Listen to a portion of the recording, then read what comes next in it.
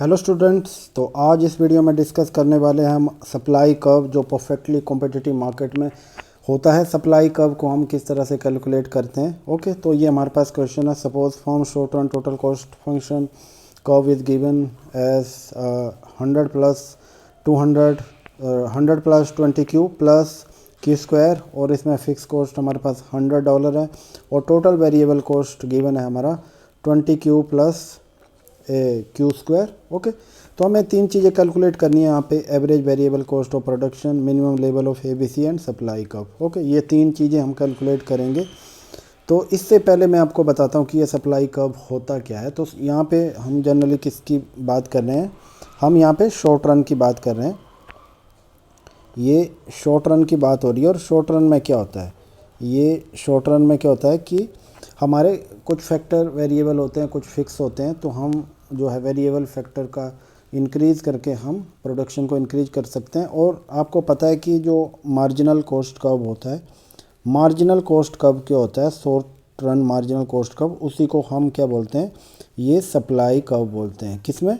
Perfectly competitive market में। ये चीज़ आपको बिल्कुल माइंड में रखनी है कि सप्लाई कर्व क्या होता है, मार्जिनल कॉस्ट कर्व जो होगा परफेक्टली कॉम्पिटिटिव फॉर्म का, उसी को हम सप्लाई कर्व बोलेंगे। ओके, तो ये इंडिविजुअल फॉर्म का सप्लाई कर्व आ गया। जो इंडिविजुअल फॉर्म के सप्लाई कर्व्स को सबको हम जोड़ देंगे, ऐड कर देंगे, तो इससे क्या बनेगा, हमारा इंडस्ट्री का पूरे मार्केट का सप्लाई कर्व बन जाएगा। ओके, अब हमें देखना है कि जो इंटायर जो होता है, यहाँ पे आपको एक चीज़ ध्यान में रखनी है कि जो इंटायर जो हमारा मार्जिनल कॉस्ट कर्व होता है वो पूरी तरह से सप्लाई कर्व नहीं होता है।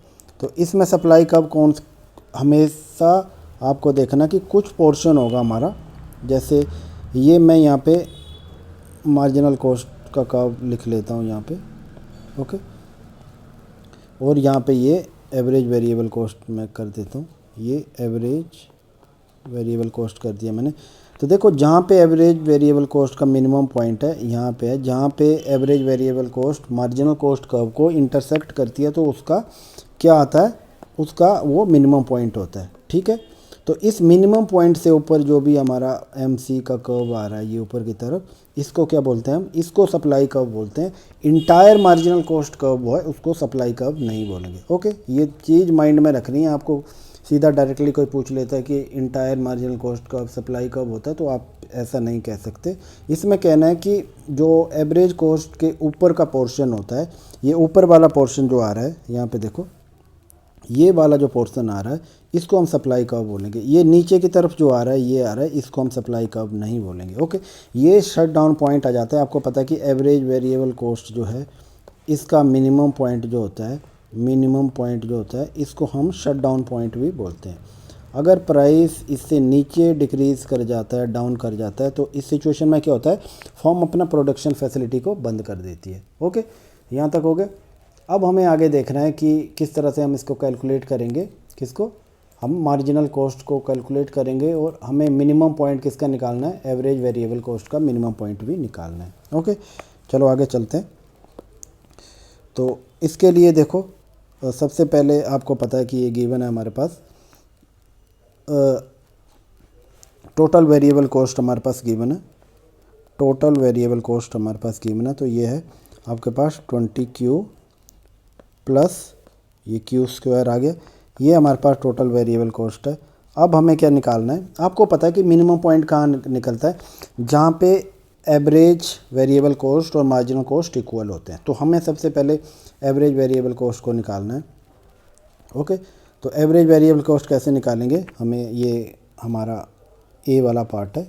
ओके, ए वाला पार्ट है। तो आपको पता है कि एवरेज वेरिएबल कॉस्ट होता है किसके इक्वल होता है, total variable cost over output आ गया। ओके, तो इसको करेंगे हम आगे, तो ये आ जाएगा आपके पास 20 प्लस क्यू। ये आपके पास एवरेज वेरिएबल कॉस्ट आ गया। और मार्जिनल कॉस्ट कैसे निकालना है, आपको पता है कि टोटल वेरिएबल कॉस्ट इसका डेरिवेटिव लेंगे तो मार्जिनल कॉस्ट आ जाएगा। ठीक है, तो मार्जिनल कॉस्ट हमें अब बी मिनिमम पॉइंट निकालना है। तो मिनिमम पॉइंट कहाँ होता है, जहाँ पर average variable cost is equal to marginal cost of production. Okay, ये कंडीशन हमें सेटिस्फाई होगी तो हमारा मिनिमम पॉइंट आएगा। ओके, चलिए अब मार्जिनल कॉस्ट निकालते हैं। तो मार्जिनल कॉस्ट निकालने के लिए हमें टोटल जो हमारे पास वेरिएबल कॉस्ट है इसका डेरिवेटिव लेंगे with respect to q. Okay, तो इसका डेरिवेटिव लेंगे तो ये आ जाएगा हमारे पास 20 + 2Q। ओके, ये दोनों चीज़ें आ गई। अब इन्हें दोनों को इक्वल करना है हमें, average variable cost equal to marginal cost. ये हमारे पास कंडीशन है किसकी, मिनिमम पॉइंट निकालने की। हमें एवरेज वेरिएबल कॉस्ट का मिनिमम पॉइंट निकालना है, ठीक है। तो इसको मिनिमम पॉइंट निकालेंगे तो कैसे आएगा, ये आ जाएगा आपके पास 20 + Q equal to 20 + 2Q। Okay, तो ये यहाँ पे जाएगा तो ये आ जाएगा Q = 0, ठीक है। तो आपको पता है कि जो मिनिमम पॉइंट जो इनका बन रहा है कहाँ पे बन रहा है, एवरेज वेरिएबल कॉस्ट का बन रहा है, जहाँ पर आपका क्वांटिटी 0 हो जाएगी, ठीक है। तो क्वांटिटी 0 है तो आपका एवरेज वेरिएबल कॉस्ट कितना आ गया, ये आ गया 20 + Q की जगह 0 पुट कर देंगे तो ये आ जाएगा 20। इसका मतलब आपका जो शट डाउन पॉइंट बन रहा है वो 20 बन रहा है। क्या बन रहा है, शट डाउन पॉइंट जो बन रहा है यहाँ पे वो 20 बन रहा है। क्या बन रहा है, ये shut down point. Shut down point मैंने आपको पहले भी ये डिस्कस किया है कि शट डाउन पॉइंट आपका $20 है कि इसके नीचे आपका प्राइस चला जाता है तो फर्म क्या करेगी, अपना प्रोडक्शन फैसिलिटी को बंद कर देगी। प्रोडक्शन फैसिलिटी बंद हो गया तो आपका कोई प्रोडक्शन नहीं होगा, ठीक है। अब सप्लाई कब देखते हैं हम, ठीक है।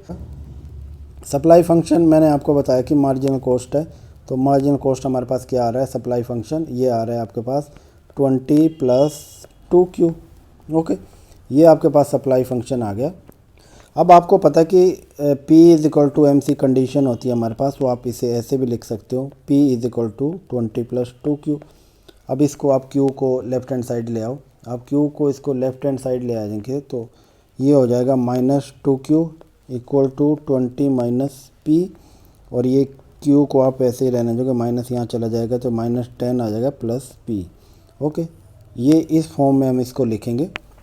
ये हमने सप्लाई फंक्शन लिख दिया, P के रिस्पेक्ट में हमने लिखा हुआ है कि P किस तरह से चेंज होगा। ओके, तो ये हमारा सप्लाई फंक्शन आ गया। अब मैंने आपको बताया था कि एक शट डाउन पॉइंट भी मैंने बताया था।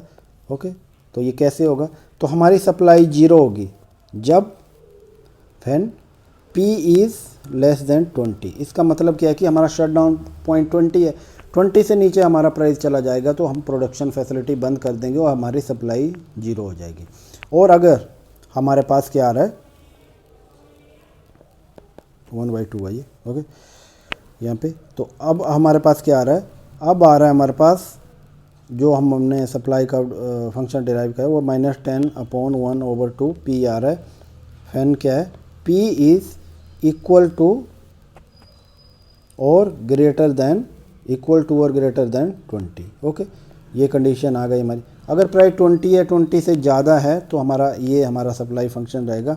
अगर हमारा प्राइस P या 20 से नीचे है तो हमारा सप्लाई फंक्शन 0 आ जाए। ओके दोस्तों, थैंक्स फॉर वॉचिंग।